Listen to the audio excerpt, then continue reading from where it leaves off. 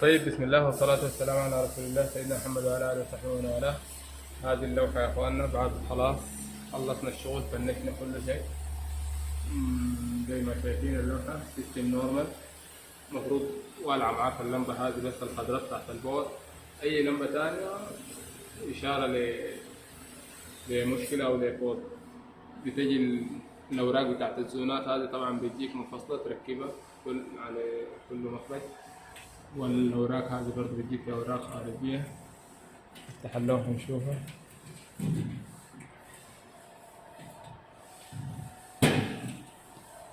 هذه اللوحة من جوا ركبنا كل شيء. هذه بتجي عبارة عن أوراق يا أخوانا. هذه الأوراق اللي بتجيك زي كده، تمام. أنت بتركبها من هنا. الزونات كل زون بتركبه في محله، زون واحد زون اثنين، وهذه كمان برضه بتجي تركبها أنت من هنا.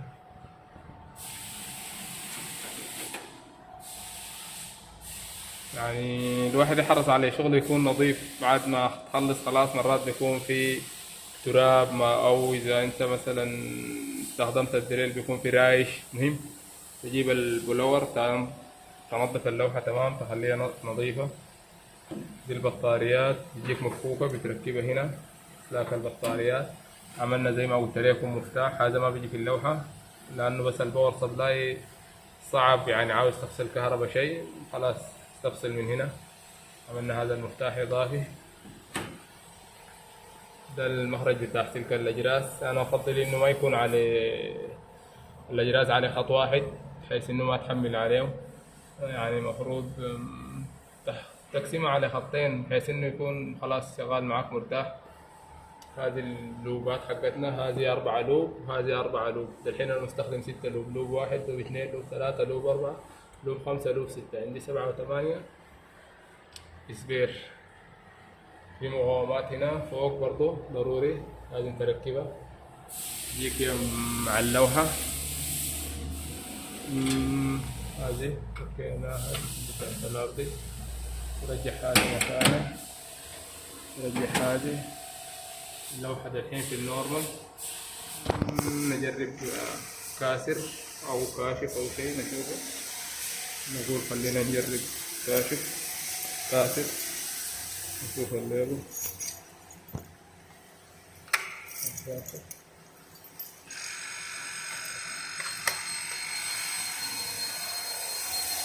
اشتغلت معايا اللجرات، اشتغل معايا اللوحة.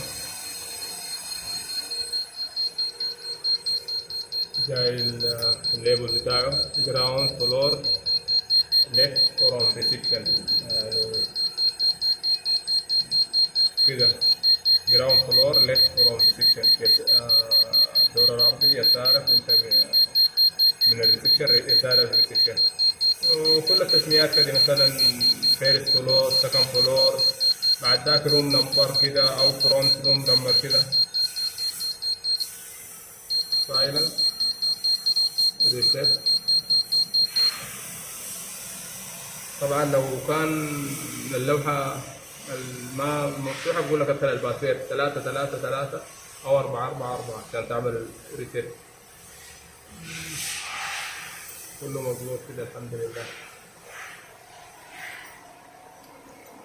كده كله مظبوط ان شاء الله. لو في توصيل ربط مصاعد ربط مراوح ان شاء الله اشرح عليكم برضو، بحيث انه الناس اللي ما عارفه كيف تربط المصاعد كيف تربط المراوح ان شاء الله لو عملناه هنشرحه للناس.